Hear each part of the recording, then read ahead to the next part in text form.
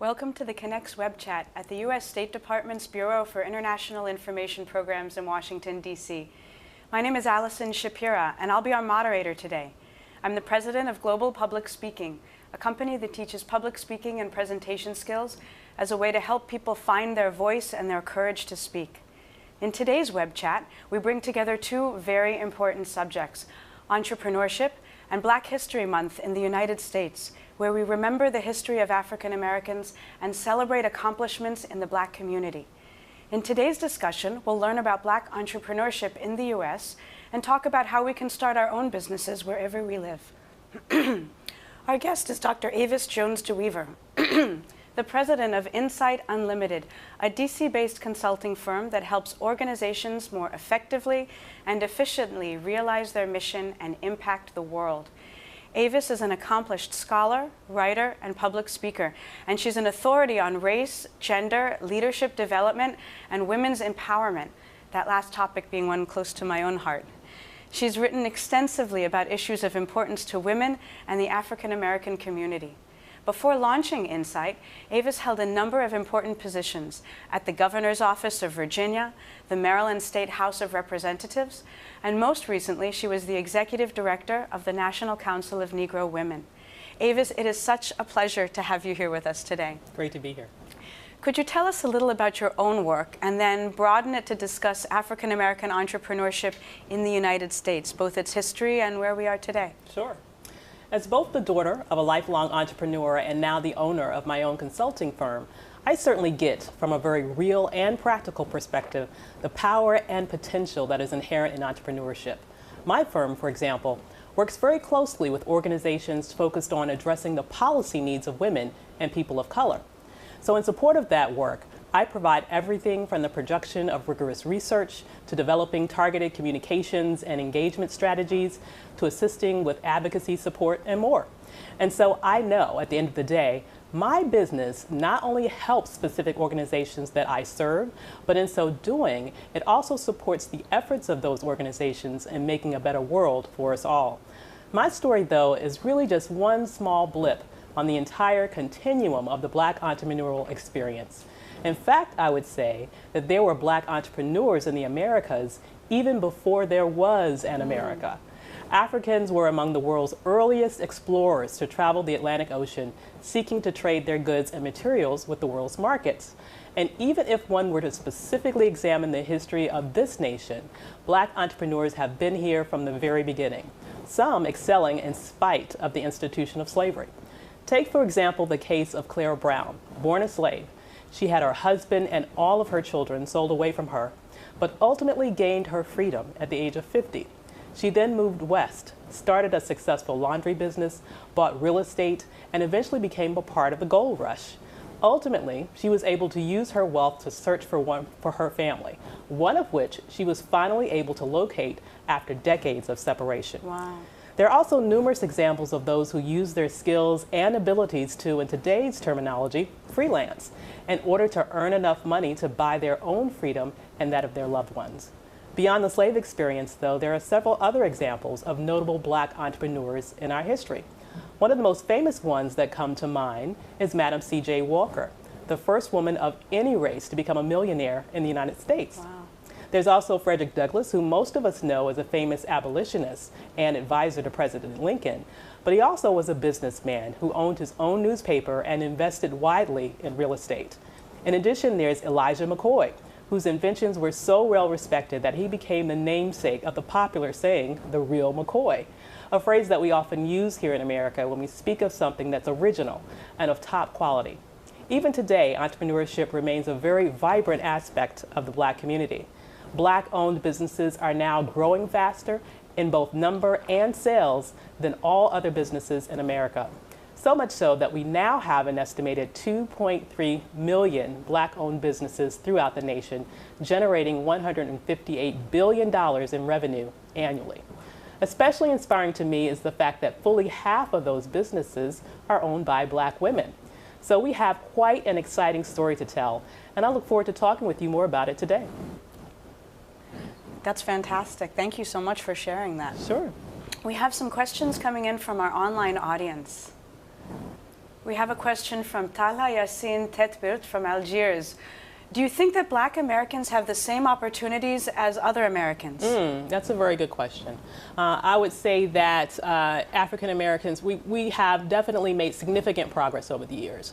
There are not as many law-based inhibitors to our progress as there were in years past. But there is still action, there are still actions that make it very difficult to have, I would say, complete equal opportunity. When you look at our experiences, for example, in gaining capital for our businesses, there's been a lot of research that's looked at that. And basically that research has found that Black Americans have a more difficult time gaining capital either from private investors or even from banks, even when their background are very similar to whites in very similar positions.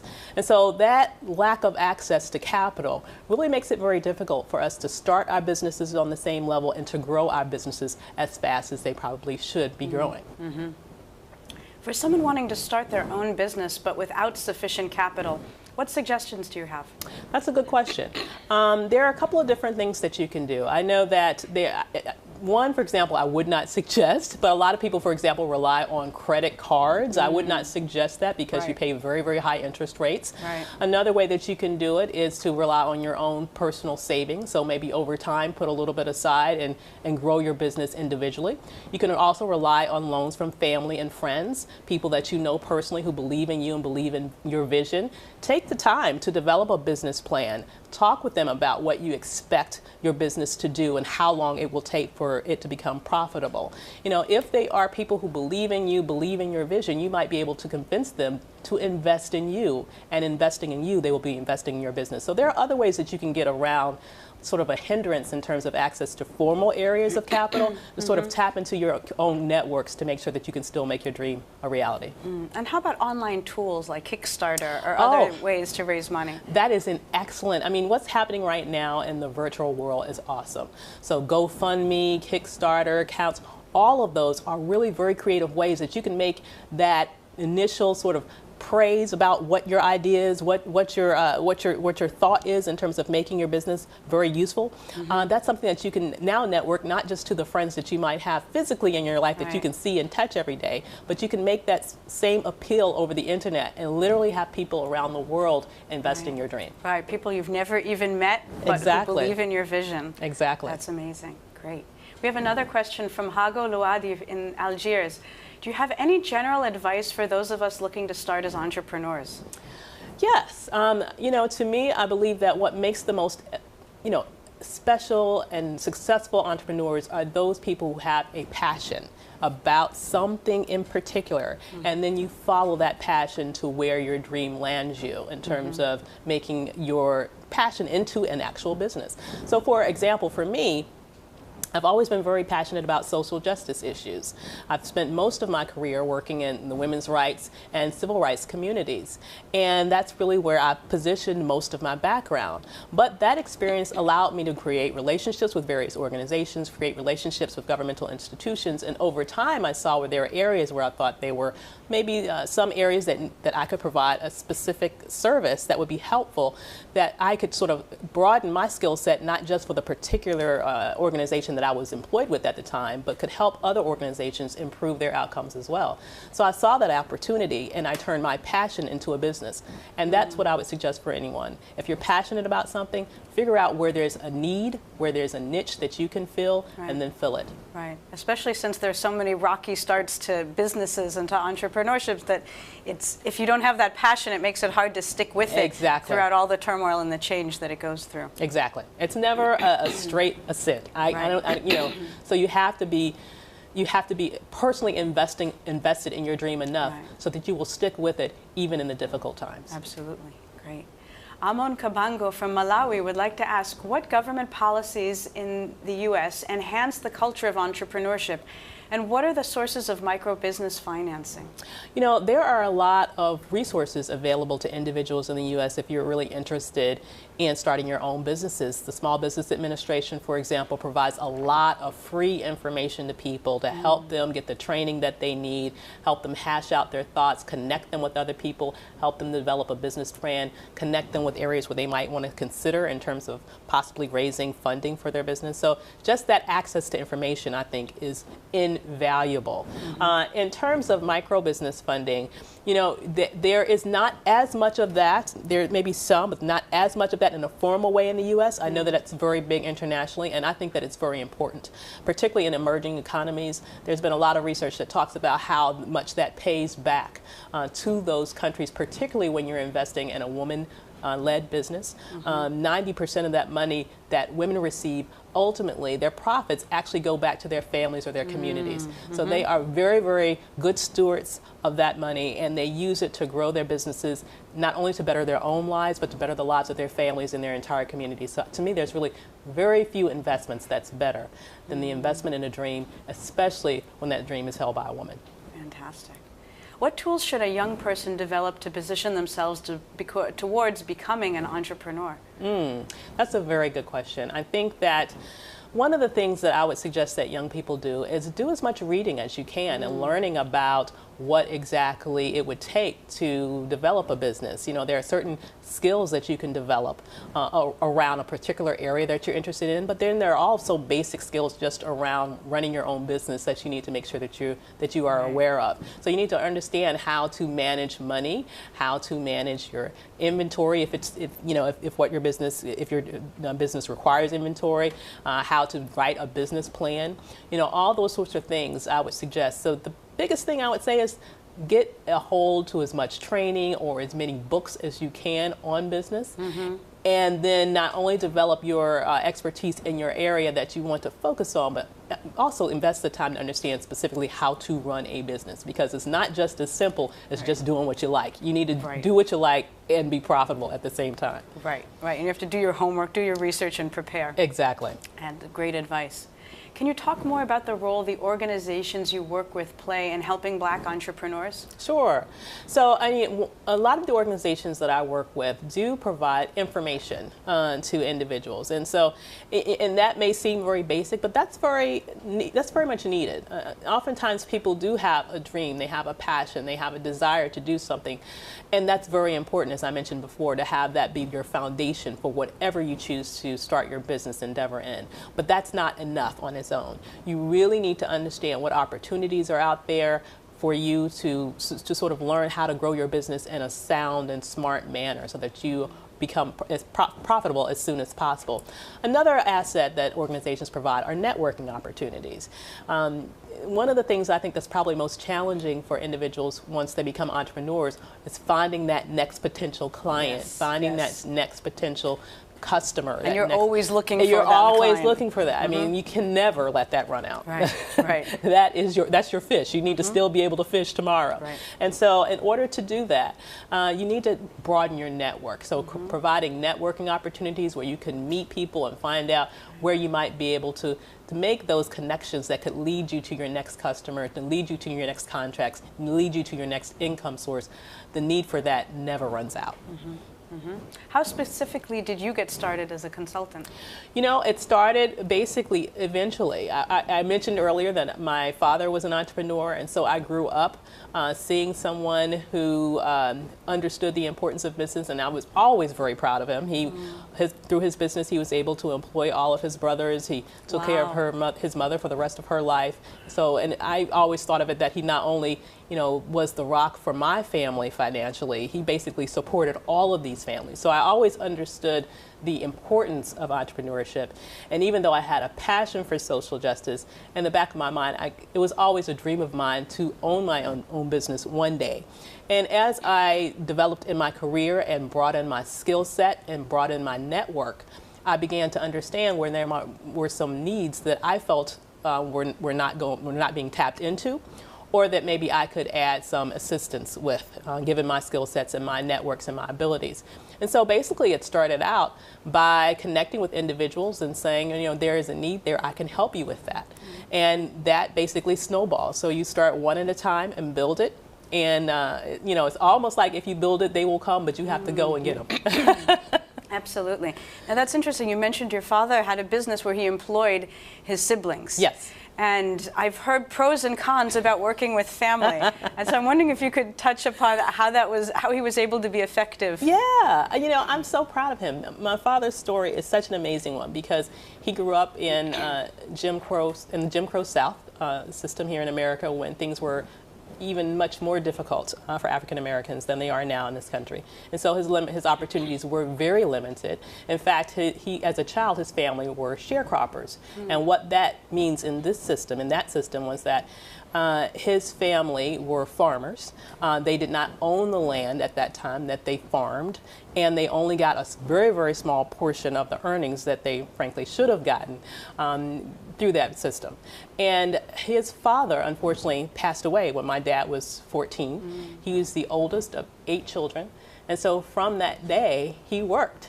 And his first business was as a mechanic. Ultimately, by the time I came along, he had started a lumber company, and that was the business where he employed all of his brothers.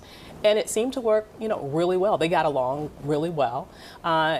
He provided a job for them for the rest of their lives until they all retired. And as I mentioned, always, every week when he paid his brothers, he went by and paid his mother and supported her for the rest of her life. Very proud of him. Wow, you must be. Yeah. Did you ever fail in a project? Oh God, yeah. How do you continue to go on? How do you keep going after that?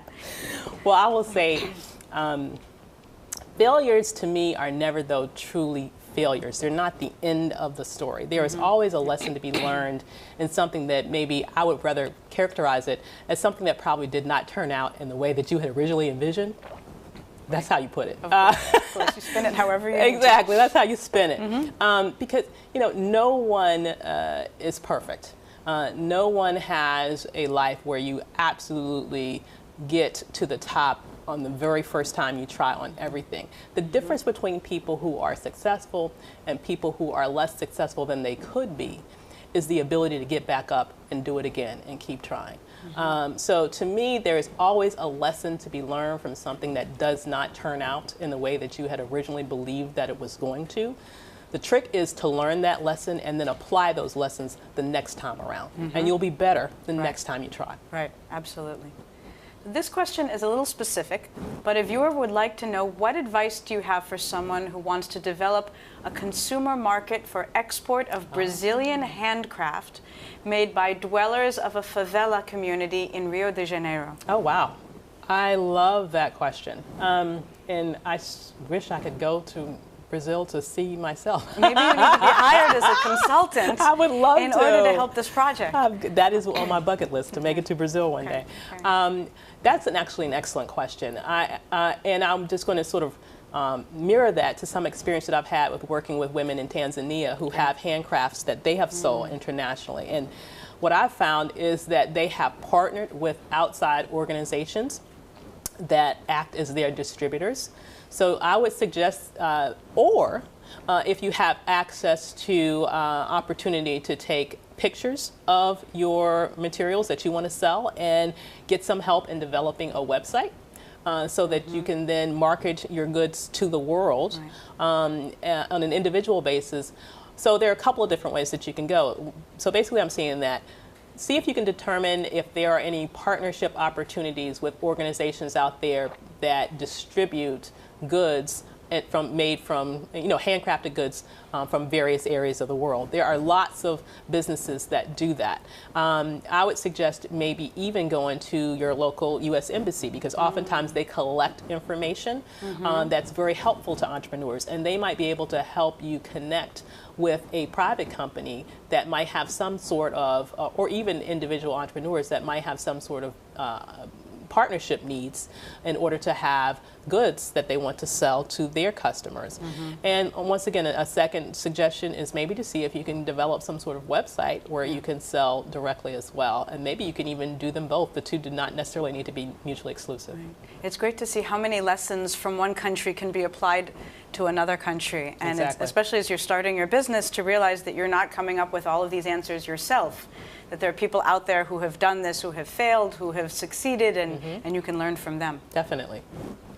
So this question is from Calvin Joseph in Haiti. How could you help Haitian young people in this domain in order that they can create more wealth in Haiti? That's a very good question. You know, Haiti is frankly is one of my very favorite places on earth. I just have a very profound respect and love for the people of Haiti. And I would suggest that in terms of helping the young people there create more wealth, this is another chance where I would think that there needs to be some partnership, some international partnerships that perhaps can be created to forge opportunities for people to develop entrepreneurial sort of opportunities that will allow them to sell their goods to the world.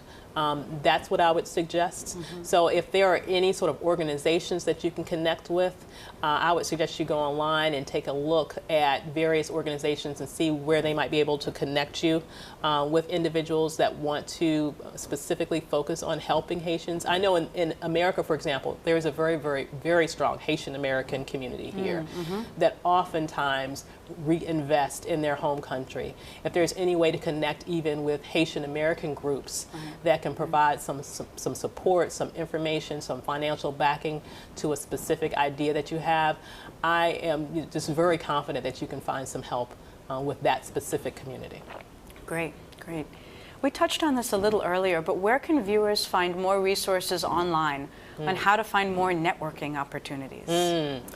That's a good question. I would say that finding resources online, there are a lot of different companies. So for example, I would say that there is a 1,000 women program, I believe, that Goldman Sachs has, for 10,000 example. 10,000 women. That's even better. They've grown.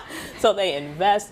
I know that, for example, Vital Voices does a lot of work, so I would really encourage you to check out their website and look at their opportunities. Look at the State Department's website. There's a wealth of information that's available for you here, just in terms of even just linking you with other partners and other organizations and corporations that have expressed interest in partnering with emerging countries and countries around the world and helping to develop entrepreneurs. You know, we live in a sort of a shrinking planet in a way. And I think it's wonderful that we are becoming more interdependent. This is a global economy. And so we are all really becoming awakened to the idea that unless all of us do well, none of us do well. And their partnership opportunities then are out there. So it may take a little bit of research, it may take a little bit of digging, but take some time to check out a few websites, Google some basic areas of interest that you have, and then reach out to people. I think you'd be surprised with how open people are to listening and providing you resources once you reach out and connect. Absolutely. Whether they're abroad or even in your own country, Definitely. Reaching out and asking people for advice and to share their expertise.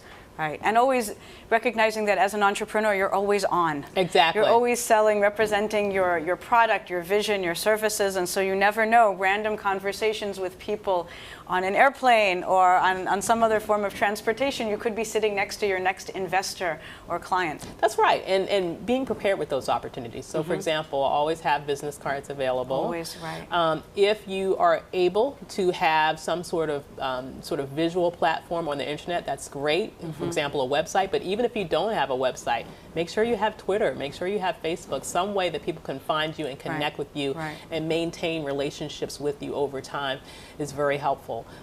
Those resources are critical because today people are really, that's how people are staying connected. So the importance of social media cannot be overemphasized. Absolutely. Our next question is from Nova Scotia. Thank you for sharing your expertise and experience. As an African Nova Scotian woman, I think it's very important to contribute to my community.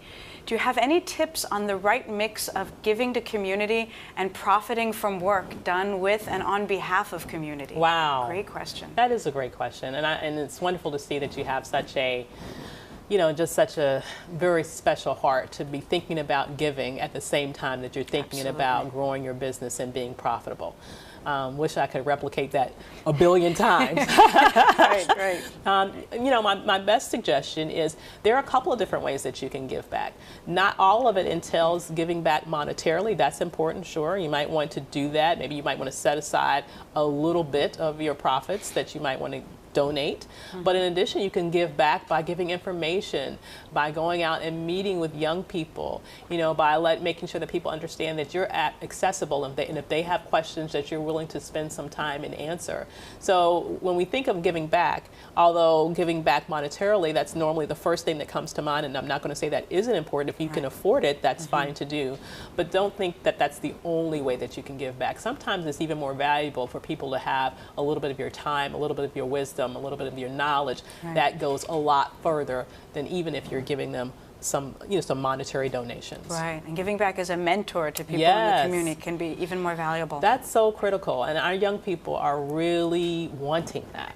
They really want someone who's been there and who's done that to take a little time with them so that they can learn from them. We'd be surprised how much young people are really crying out for that. So to the extent that that's an opportunity for you, I definitely would suggest that you take advantage of it. Great. One of our viewers in Africa says there's a lot of corruption with everyone demanding kickbacks from the CEO. How can one be successful in such an environment? Oh, that's so difficult. Because when you are operating in a reality like that, it is very difficult. I would hope that you don't let that completely discourage you. Your options are going to be limited, obviously, in a situation like that. You would either be an employee and live that life perfectly fine, but if it's your dream to own a business, you would have to figure out, unfortunately, I can't tell you, I wish I had a great answer to that question. It's not an easy answer to that question. That is a structural, institutional problem, like many around the world, that need to be addressed. That is that particular institutional challenge that you face. And if you can't make your dream profitable enough to survive under those circumstances, it's very unfortunate, not only for you, but for your country that is losing what you could potentially provide. So hopefully there will be a time when your broader environment will become less sort of repressive and allow you the opportunity to utilize your skills and talents for the betterment of your country, unencumbered. But until you get to that day, I would encourage you to at least see if it's possible to make it work in some way, shape, or form. In a shrinking global environment, what language is the best for success? This is a great question. Is English necessary? That's a good question. And I have to be perfectly honest. As an American, I feel almost kind of unqualified to answer that question. And I'll tell you why. Because, as Americans, as I travel the world, I find it very interesting that we seem to be we show the least diversity in terms of mastery of languages than any other nationality I'm aware of. So we do tend to look at things from a very sort of English-centered approach. However, it's my belief, as you mentioned, that this is an ever-shrinking world. We are operating in a global economy. And while I do think I always think that broadening your mind is great, no matter the circumstances. So learning English, I think, would not be a deficit. I think it's definitely a good thing. Right. But I don't think that is the only language that's necessary for success. So to the degree that you could, expand your language vocabulary, period, to be inclusive of English, but not exclusive to English, I think is always a good thing. Right. And I think it also depends on who your target audience and who your target customer is. If it's a global audience or an American audience, then definitely English is necessary. Yeah. But if it's all within your own country and English is not spoken, then maybe it's not quite as necessary. Exactly. Is it necessary to receive a college degree in order to become a successful entrepreneur? Really great questions today. That is a very good question. I would tell you, using my father for an example, no. I mean, he grew up at a time where educational opportunities were extremely constricted in this country for African Americans. He has a third grade education, wow. to be perfectly honest, but built an extremely successful business that I mentioned, employed and raised a number of families. It gave me a great head start on life. But I will say that the world has changed a lot from the time period in which my father grew up. So much so that I believe that education has become much more critical to success now than probably was the case during my father's generation. But there are always exceptions to that rule. I mean, you look at a Bill Gates, he's a college dropout. I mean, you look at, there are a number of college dropouts who end up being extraordinary successes, but they also had a high level of, they had an intellect that was greatly developed in a particular area. And so I think that going to college, particularly now, with all that it can expose you to, you're also creating networks when you go to college. Absolutely. That's very important to Right. remember. So you might be learning specific skills, particularly that you can apply elsewhere. So for example, in a world in which there is a great number of opportunities out there in the tech field, it may be more difficult for you to learn that to the level that you need to learn it without having a college level of education, right? So depending upon what you want to focus on in terms of your business, depending upon where you see yourself with your business, it may or may not be as necessary, but I will say, just generally speaking, as a general rule, in today's environment, college is becoming, in my mind, much more of a precursor to long-term success. Right, absolutely. But if you don't have access to that education, don't let it stop you. It does not kill your dream. Right. It's still possible to do it. Great. How can we identify opportunities and develop new ideas? Where do you get your inspiration from? That's a very good question. I think inspiration, once again, it comes from passion. It comes from being very quiet and understanding what is important to you. What are your basic values? What do you care about outside of yourself? Where then can your skill sets and ability bring value to that space that you then care about? So inspiration really comes from seeing where there is a hole, where there is a need that is unfulfilled, or one that is that may be fulfilled, but perhaps not to the degree that you think that it should be. So that's where it comes from. If you have a now, it's not to say that you're going to be hit with a $1 million idea every day, but the idea is to at least advance a little bit and think about where you need to go next and start moving in that direction. And it's really, what's amazing to me is that, as I have found, that when you make a decision to start moving in the direction of your dream in one way, and then you act upon it, that opens doors and other things begin to happen, and then you see other opportunities that you would have never found if you would have just sat in your room and just kind of thought about it all day. You have to start doing. As you do, then other opportunities and inspirations arise. There are some people who don't take action because they think, oh, this isn't a new idea and I'm sure someone else has thought about this. But there's this great quote, and I won't get it exactly right, but it's something to the effect that those who do are more powerful than those who can. Oh, yeah. So just to be able, even if someone's had that idea before, it doesn't mean anyone's taken action on it, and it doesn't mean that you can't develop it. Exactly. I mean,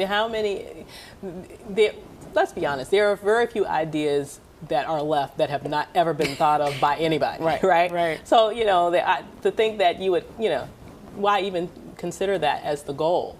The idea, though, is that you bring to any situation a unique perspective based on your background, based on your history, based on your perspective on life, based on your experiences. So the way that you see a problem and the way that you might interpret a solution might be totally different from another person. Or you might add some sort of nuance there that would connect with other people, that would connect with an entirely different, potential client pool than the other person who's addressing the very same problem. So yeah, don't be turned off by the fact that other people may have already thought of this idea. You might come at it totally different in a way that will really inspire and resonate with a completely different niche of potential customers. Right. And even if you're very young in age, it doesn't mean you have to get to a certain level in life. Oh, no. before you have the right to start a business. Not at all.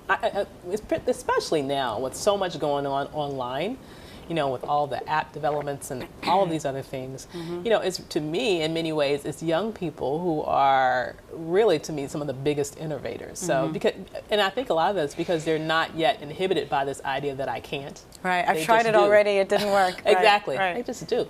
So you got to, and you know, your quote made me think of one by Socrates: "To be is to do." So just do. Just do. Yeah. Great. What advice could you give a business that's already in operation but wants to grow the business to a new level? So that's a really great question. I would say that, first of all, if you're in operation and you're doing great, then good. That you're doing the right thing. Now, if you believe that it's time for you to grow, I think you really need to take a look at what your income flow is looking like. What's your revenue level? Then really you need to really do some very deep and realistic analysis in terms of what terms of investments would it cost for you to grow. Like, for example, if you have one restaurant and you're thinking of opening another one, you know, you really need to think about how much is that going to cost? What's the best location? Will I get the same number of, you know, the same level of foot traffic that I do in my current location? You really need to take all those factors and more into account before you make that investment. I would suggest you also get some other advice by people that you respect in your industry that have grown. You know, mentoring is something that I think is good, not just for young people. Oh, sure, for it's everyone. good for all of us. Yeah. You know, and that means connecting with people who are in your industry that are maybe at a level that you would like to be at, and taking some time to maybe invite them out to dinner, invite them out for coffee, and talk with them. You know, once again, I think people are so much more willing to connect and share information than we really give them credit for. A lot of times people are flattered that you look up to them. So take the time to meet with someone who's in your industry, who's been there, who's done that, and talk with them and get some specifics about, you know, when did they make their decision? What are some things that they took into consideration? If they had to do again, were there some things that they wouldn't do that they did, so that you don't replicate mistakes that other people have already made? You know, be very careful about it. But then if you've decided it's the right thing to do, move and do it. Yeah.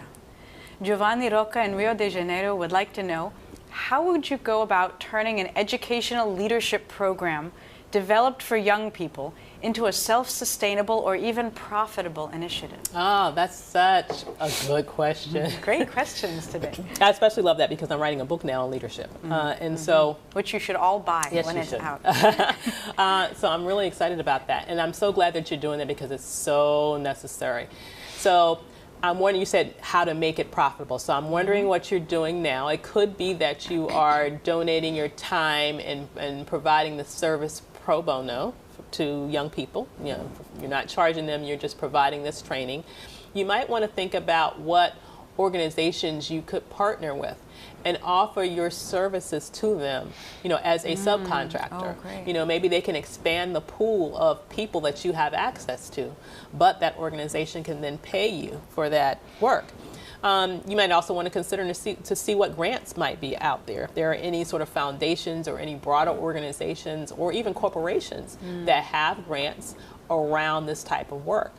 You'd be surprised to see how many people are out there that really want to support and understand the importance of making sure that the next generation receive the type of information that they need in order to be tomorrow's leaders. I would think that particularly with corporations might be a good way to look. A lot of them have foundations that are connected to them, and they provide grants to individuals who are doing good work in the communities. You know, those are some sort of initial thoughts that I would think you could look into. Great, very valuable advice. Another viewer asks, in a situation where there's no reliable access to internet, do you have suggestions for how an entrepreneur can connect with prospective clients? Yeah. That is difficult. Now, I will say that there are a number, you know, I'm wondering if you have access to cell phones. It's my experience in traveling around the world that in different countries, internet access might be a little spotty, but most people at least have a way to connect on the phone. And one of the ways that they connect via phone, they can still have access to via phone, Twitter, at least Twitter, maybe Facebook as well. So I think that there's got to be a way, you need to think creatively about how you can get your information out there using social media even if it's via phone, to get people to connect and get interested in what you're doing. It's going to take a little bit more creativity, but I think it's possible. I would say another way that you can go in some countries that I've seen, even though people don't have access to internet, they do rely on newspapers, and they read a lot of newspapers on a daily basis. It's not a lost art at all. So the degree to which you can get even some free coverage, to the degree you can make news for yourself, even if you can submit an article to a newspaper to see if they would print it. I'm not talking about buying ad space. Okay? You don't want to have to, if you can afford to not have that expense, try not to have that expense. But oftentimes newspapers are looking for news. So to the degree that you can maybe submit an article that's already prepared and sort of couch what you do as some sort of news event, that's a way that you can sort of generate free publicity to yourself and distribute it to a number of people without having to rely on either the internet or access via mobile phone. What are some of your memorable business experiences in Africa? Well, I would say that, I have had, I would love to go back to Africa. I've visited Tanzania a couple of times. I've been to South Africa previously. And I've had the wonderful experience of meeting with a number of women who are entrepreneurs, particularly in Tanzania. And I would just say that these are some of the most inspiring, amazing, powerful women that, in my mind, are on the face of the earth. I mean, I'm just completely blown away by these women. And I would say, so what did I learn from them? I think I'll kind of contextualize it in that way. What I learned from these women is that where there is a will, there is a way. So these women did everything from raising wheatgrass and making all sorts of different materials with them and selling, to having their own businesses with crafts, to even one who owns her own travel sort of agency where she creates tour packages for individuals who want to come to Tanzania as a tourist, to one who even owns her own hotel, to one who owns a sort of a limousine type company, like a driver's. So, the diversity of opportunities that are out there are amazing. So the thing is for you to think about what it is that you want to do, the impact that you want to make, figure out, get some resources. There are oftentimes, as I mentioned, if you go to the U.S. Embassy, or if you have access to the internet, do some Googling. If you don't have access to the internet, oftentimes if you go to a U.S. Embassy, there may be a library there where you would have access to the internet. And do some research to find out, what are some different resources that I can connect to that can help me figure out how to lay out my dream. What sort of business plan do I need to come up with? How can I get any particular funding help if I need to? And then how do I go about making it happen? What I've learned most from these women is that in spite of all the challenges that they face, they found a way to do it. And in hindsight, they would never go back.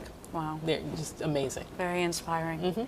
Another question from Rio de Janeiro. There are 11 million Afro-descendant Brazilian entrepreneurs, and a third are women. Wonderful. How can we connect Brazilian entrepreneurs to their U.S. counterparts who work in similar areas or have similar businesses, thus expanding their vision and their contact network? I love that idea. Let's connect after this. Tweet at her. Yeah, tweet me at Sister Scholar. I love that idea. And, I think that there are lots of opportunities in the U.S. with individuals and organizations that would love to connect with women of African descent who are entrepreneurs around the world. I would just say some organizations that I'm familiar with, for example, National Organization of 100 Black Women, National Council of Negro Women, a number of the sororities, major sororities here, Delta Sigma Theta, Alpha Kappa Alpha, others, all of them are interested in women's economic empowerment and more. So to the degree that you can maybe connect with any of those, that'd be great, but definitely connect with me because, to be perfectly honest with you, that is an idea that I have about a future venture, is to figure out ways in which that I can formalize connections with other women of African descent around the world to connect entrepreneurial networks so that we can help each other. So That's definitely stay connected. Great. Keep working on that. Yeah. Do you think some sectors are more aligned with entrepreneurship than others? For example, health or education versus health. Possibly that could be the case, but I think that a creative mind can think of ways in which you can create entrepreneurial opportunities in almost any situation. I mean, even with what I do, for example, it's not really the type of thing where if you live outside of maybe the DC scope that most people would think of as sort of an entrepreneurial opportunity, given my background. For example, my father, for years when I was in graduate school, thought I was in law school. Well, he was completely wrong. It was complete. Like, when you finishing with law school? I'm like, I'm not in law school, so I will not be finishing anytime soon. So, but you know, there is a way to. But then when you think about creatively, like, where is there a need? That's really the big question. That's the difference between an entrepreneur and an employee. An employee does what they need to do to contribute to that organization, and that's necessary. That's necessary, not to diminish that in any way, shape, or form. But an entrepreneur can look at a situation and say, there is a hole there, there is a need there that I can fill. And I don't care if your specialty is in education, I don't care if your specialty is in politics, for example, like me. You know, if you figure out where the need is and how you can bring value and add value to the situation, then you have the potential to start an entrepreneurial venture. That doesn't mean that you need to say tomorrow, quit your job and jump head first in. It can mean what we say in the States, you know, having a side hustle. And that really basically means that while you're working full time, you look into these other opportunities and take on sort of freelance opportunities on the side until you grow your customer base to the point that it can support you, because you don't want to be in a situation where you are economically unstable. You know, there's always an element of risk that's involved with entrepreneurship that really comes with the territory. But to mitigate that, I think it's best that you start off, sort of put your pinky toe in, and then as you develop, as you broaden your scope, you're able to jump in and with a lot more substance in terms of mitigating the chance that you'll fail. I think that's a really key concept, the idea that start while you're already doing something else that pays the bills. Exactly. You know, that lets you function normally. And then as the business develops on the side, when you decide the time is right and you see that you can do it, then you can switch. But it's hard to leave everything, jump into a new business, and then figure out, how am I going to make money at this? Exactly. That's not fun. Right. Another question from Rio de Janeiro. How do you make an Afro fashion brand, for example, or a specific product from one country to get into the world fashion market or the global market? Usually only well-established fashion brands attract international attention. That's a good question. However, I would say that oftentimes, you know, and I'm not a fashion expert, and I'm probably as far away from that as humanly possible. Wonderful. Thank you. But, you know, what I have found over the years is that oftentimes what catches on is what young people do. So people, you know, there are certain innovators, there are certain people that, you know, may not be as famous, but they're the ones who basically, to me, are sort of the forerunners in fashion. So to the degree that you can get your clothes out there and get them seen. Another thing I would suggest is that, and a specific way that I would suggest you do that is, once again, going back to social media, is Instagram. I read this article recently that really was surprising to me, because I'm not really the fashion plate. Really, I'm not. I just have a couple of decent suits. What I found, when I read this article, it suggested that Instagram is becoming the new sort of fashion spot, where people are literally taking a picture of themselves every morning in their outfit. Really? Right, and posting it on Instagram. So it's almost become like a place where people go and they look and they determine looks that they like by scrolling through what people are wearing on that day. So I think that even getting an Instagram account, getting your clothes worn, and once again, young people, because I will say that they have their Instagram followership grows like wildfire. I mean, my son, who is no fashion plate, has like thousands of Instagram followers.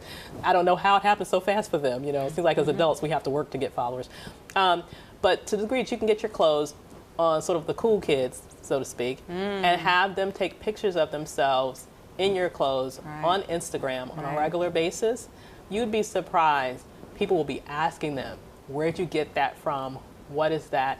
So you don't have to always rely on the individuals who are established to verify you.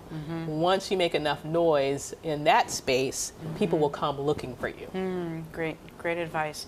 A lot of viewers are wondering, great question, when and how can we purchase your book? Well, I'm still writing my book. The name of my book will be is Black Women Lead, Owning Your Power, Living Your Purpose, and Exceptional Leadership in the Boardroom and Beyond. And I'm really excited about it because the point of this book is to really look at the various facets of Black women and leadership. So there I look at everything from Black women who've excelled in corporate America to Black women who lead exceptional nonprofits to Black women who are public servants to Black women who are exceptional entrepreneurs.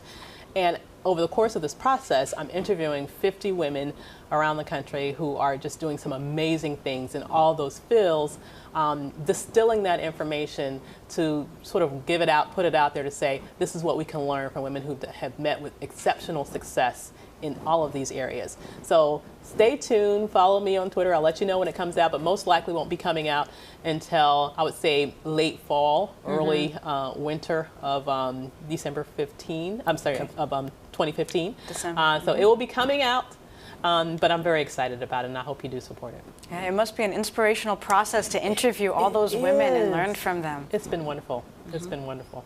Great. We have a very diverse international audience, as we can tell from all of the questions that we've received from all over the world. What general advice would you give them for growing their own businesses in emerging global markets? That's a good question, and I would say that this is such a very exciting time in history right now with everything that's going on globally. Markets are just exploding all over the world, and it does provide opportunity that, I don't know, it's unlike anything I've seen in my lifetime. The biggest point of that I would give people to sort of really maximize that opportunity is you have to connect. It's hard to be as successful as you otherwise would be on an island. You really can't. Nobody, absolutely nobody, gets there on their own. One of the favorite phrases that I like to say is teamwork makes the dream work, right? It really does. Nobody gets there on their own. So to the degree that you can connect with organizations, with individuals that can help you raise your profile and get you in the right networks to get your goods on the market, on the global scale, that's really how you do it. So how does that happen? That happens in a couple of different ways. Networking is big, so to the degree that you can connect yourself in those circles where there are people that are already where you want to go. How do you do that? You have to be willing to help folks who are already established. Even if you're providing some free, service, you can ask for information. You ask to have informational interviews, sort of like what I just mentioned before. Sit down with people over coffee and chat, or you can offer to help them with something. Even if you're not getting paid, you are learning, you are getting networks, you're getting access to information, and they might be able to bring you into opportunities as opportunities grow. And so basically I would just suggest learn as much as you can and reach out and connect with people. Right. It's very, very hard to do it unilaterally.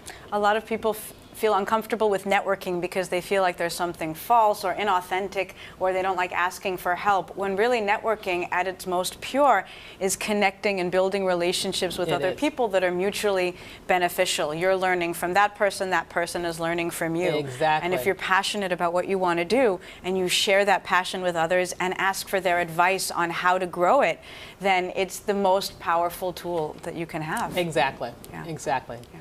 It looks like we have time for one more question. What was the best piece of advice you ever received, and would you share it with us? Man, that's a good question. The best piece of advice. Okay, I would say the best piece of advice I've ever received is, a closed mouth doesn't get fed. A closed mouth, doesn't get fed. And what that basically means is you have to ask. If you're having if you're having a meeting, a lot of times people will have networking opportunities, they'll have business meetings with individuals, and they'll leave the table without the ask. You have to ask for the business. Right. It's not just going to come to you. Right. So never be afraid to ask. A closed mouth doesn't get fed. Wise words. Thank you very much. And I'm sure we could keep talking for hours and hours on this subject. It's been a fascinating conversation, but we do have to wrap up. And before we go, I'm going to ask Avis if you have any final message that you want to share with our audience. Yeah. Well, it's just about committing to your dream. Knowing that you have that dream for a reason, that passion was placed inside you for a reason, and not only are you not doing yourself a service by ignoring it, you are denying the world the potential of your greatness. So you're denying me by you not being all that you can be. So I want you to do it. Great, very inspiring words. Thank you so much, Dr. Avis Jones de Wever, and to all of our viewers around the world for really fantastic and enlightening questions. Before we go, please take our online poll, and please remember the views expressed in this discussion are not necessarily the views of the U.S. Department of State. That's it for today. See you next time.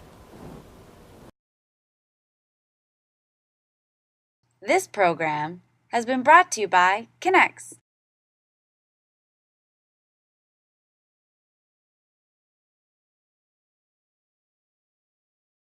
Could you tell us a little about your own work and then broaden it to discuss African American entrepreneurship in the United States, both its history and where we are today? Sure.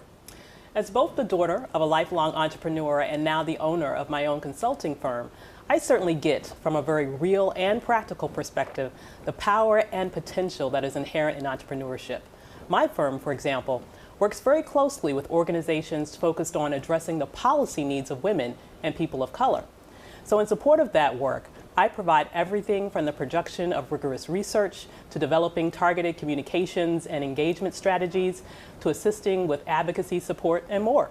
And so I know at the end of the day, my business not only helps specific organizations that I serve, but in so doing, it also supports the efforts of those organizations in making a better world for us all. My story, though, is really just one small blip on the entire continuum of the Black entrepreneurial experience. In fact, I would say that there were Black entrepreneurs in the Americas even before there was an America. Africans were among the world's earliest explorers to travel the Atlantic Ocean, seeking to trade their goods and materials with the world's markets. And even if one were to specifically examine the history of this nation, Black entrepreneurs have been here from the very beginning, some excelling in spite of the institution of slavery. Take, for example, the case of Clara Brown, born a slave. She had her husband and all of her children sold away from her, but ultimately gained her freedom at the age of 50. She then moved west, started a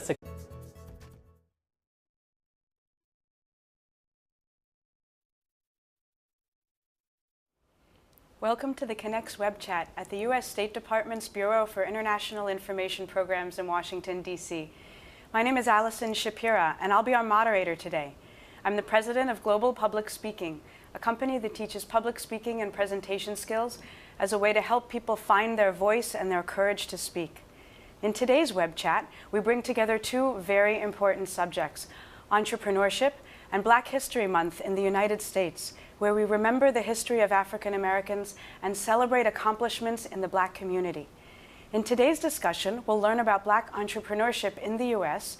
and talk about how we can start our own businesses wherever we live.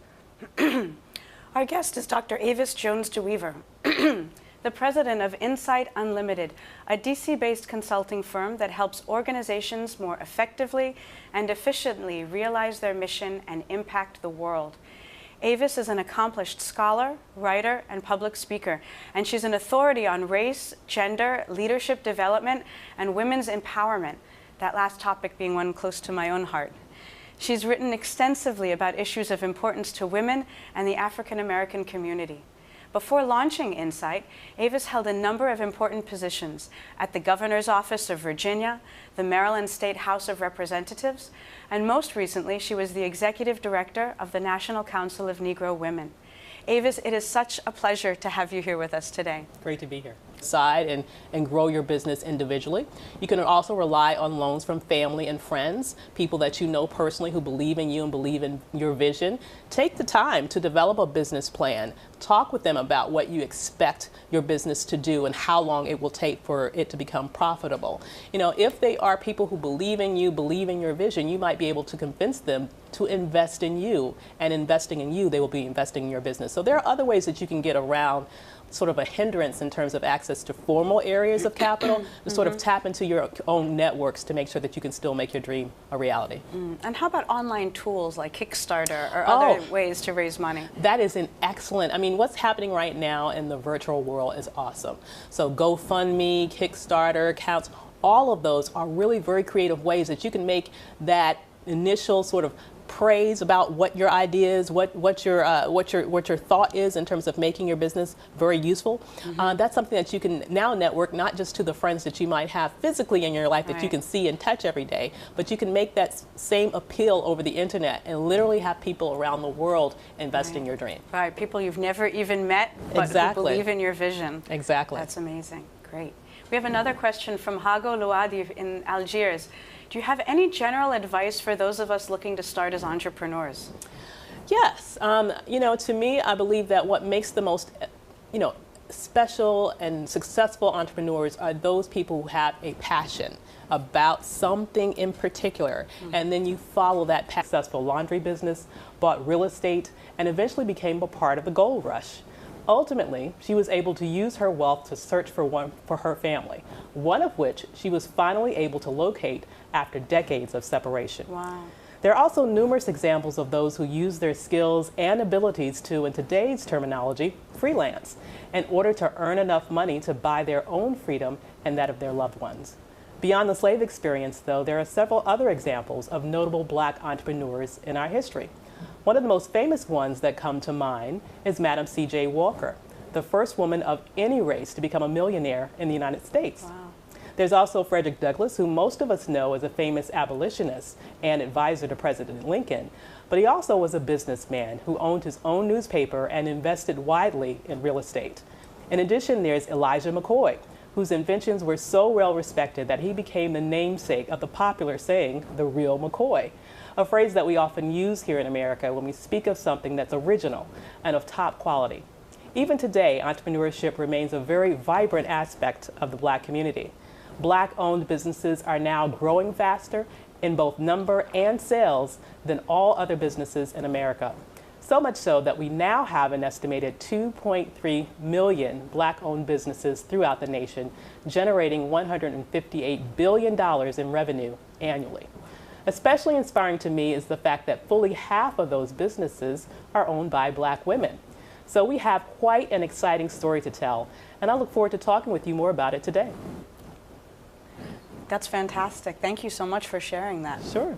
We have some questions coming in from our online audience. We have a question from Talha Yassin Tetbirt from Algiers. Do you think that Black Americans have the same opportunities as other Americans? That's a very good question. I would say that African Americans, we have definitely made significant progress over the years.